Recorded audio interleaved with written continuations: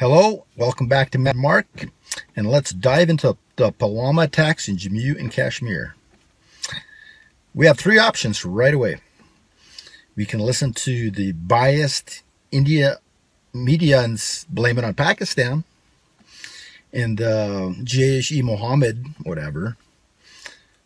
We can say it was just an attack by Kashmirians against Indian army, you know.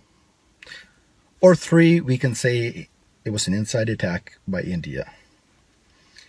I am absolutely not a conspiracy theorist at all.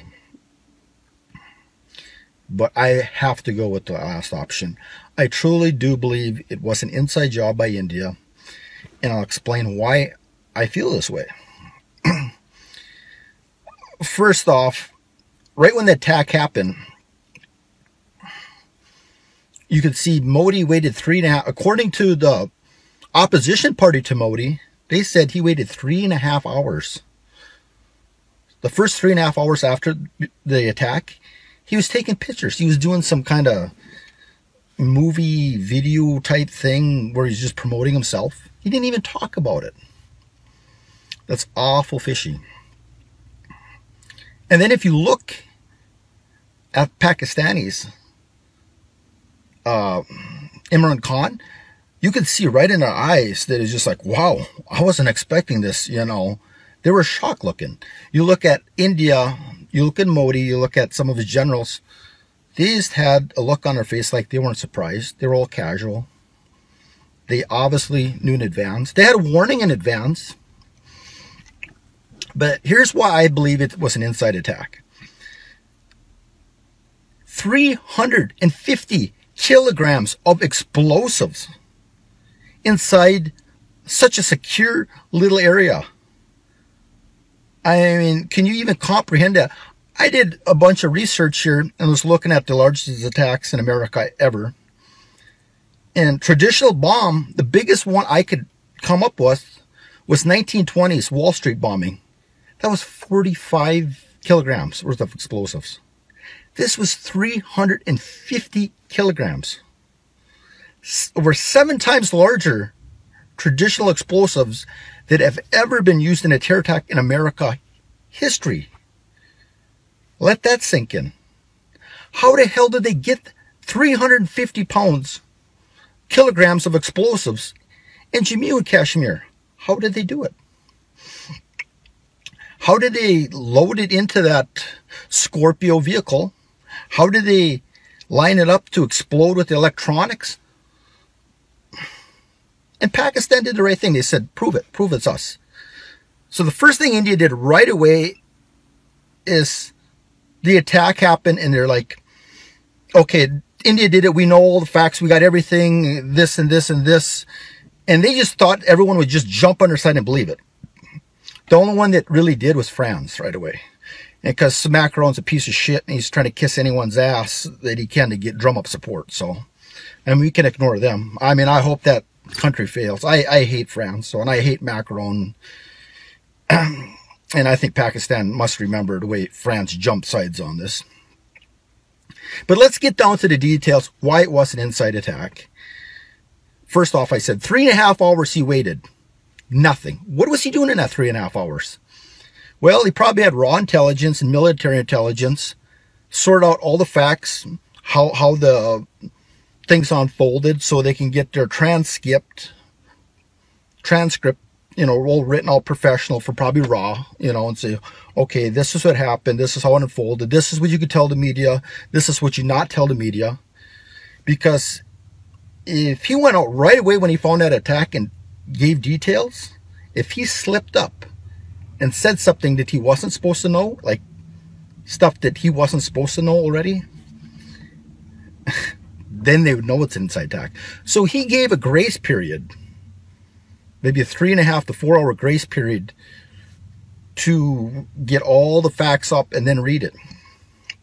Second off, this is the thing that really pisses me off. He said he killed all the people in that area that were associated with attacks. Why in the hell would you do that for? That is the absolutely dumbest thing I've heard in my life. if you have the mastermind of the attack, you take that person by alive to get information. That is your link. If Pakistan did it, that is your link back to Pakistan. Okay? You killed your evidence. What evidence you got now? What you said you got inconclusive evidence. Where is it? They're demanding it.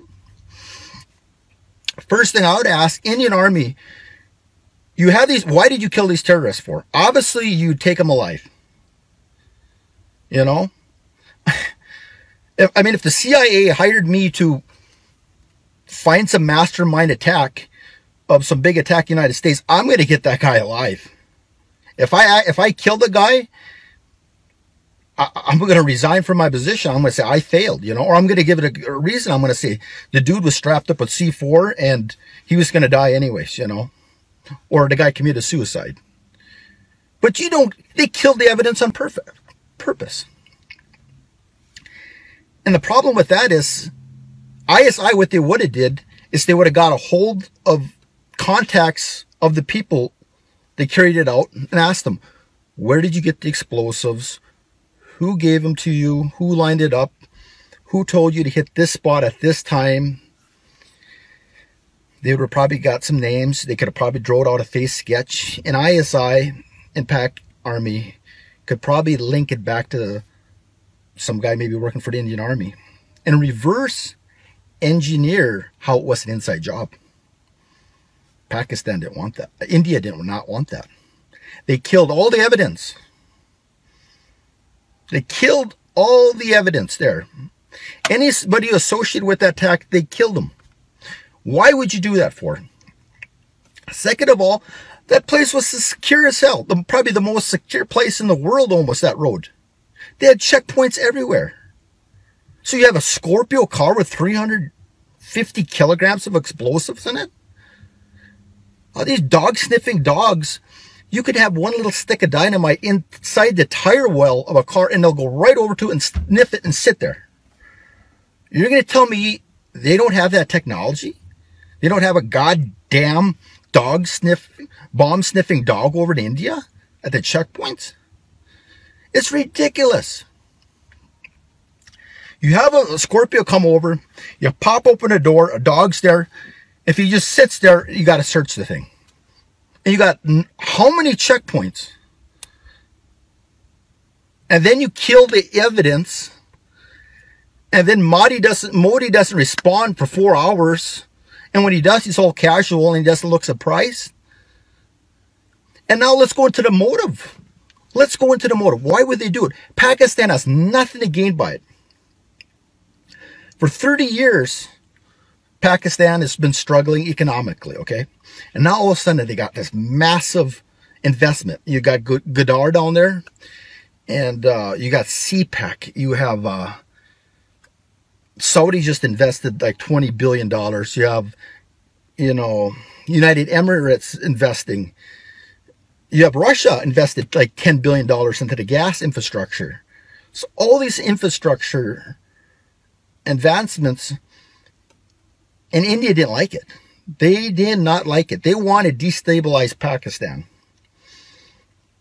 And I believe they figured they had to pull this off. They did an inside job. And the whole goal of the attack was to isolate Pakistan, both diplomatically and financially. That was their goal. So they did the inside job.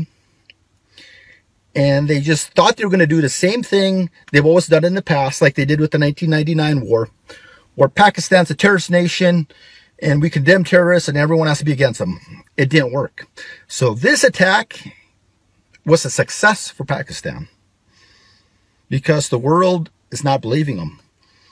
And they tried to sanction a couple people in the Olympics for it from Pakistan, and the Olympic Committee said, you don't have the evidence. They didn't buy it either.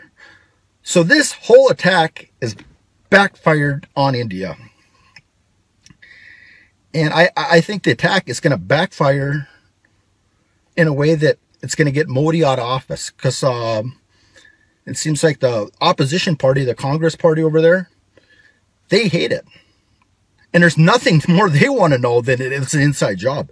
If they figure it's an inside job and Modi had something to do with it, and you have enough public opinion in India thinking that, he's done. He's absolutely done. So that's the big thing. I think you just got to drill. It is an inside job. You had probable costs up. They had everything to gain from it, India. Pakistan had nothing to gain from the attack. You look at the amount of explosives that were brought in there that weren't detected, that sat there for how long. India killed all the evidence or anyone associated with it to be questioned, which is absolutely ludicrous. You think the CIA, you think we do that when we find terrorists? No, we bring them to Guantanamo Bay and waterboard them. We get any intel out of them possible. I mean, in Pakistan, if we wanted to get someone that had a lot of info, you'd send your SSG, your special forces in there, and you give them incentive. Hey, we'll give you like $50,000 US per person if you get this guy alive. They'll find a way to get the guy alive. So it's an inside job. And if anyone wants to debate me from India, whatever, I will debate you. I say it's an inside job. Prove me wrong. And we have a saying in America, you're innocent until proven guilty. Well, how about you, India? Pakistan said, we're innocent until proven guilty. And you're trying to be a dictator on this? This is ludicrous. And all I can say, the great thing about it is the world does not believe India anymore. They know them as liars, and they know what they're up to, and their games are done. And furthermore, that game you tried to play with Saudi, after they invested $100 billion in you, trying to cause problems and stick them in a hard position between the two countries, that's pretty disrespectful to Saudi. And furthermore, I don't think the United States is really happy about it either, because Pakistan could be a potential good ally in a war on terror in the future with Iran. So you better watch your ass, India, because you start getting Saudi mad at you, you start getting United States mad at you, and you will be cut off, and you'll be the ones isolated. So don't push your luck and don't fuck with the wrong people.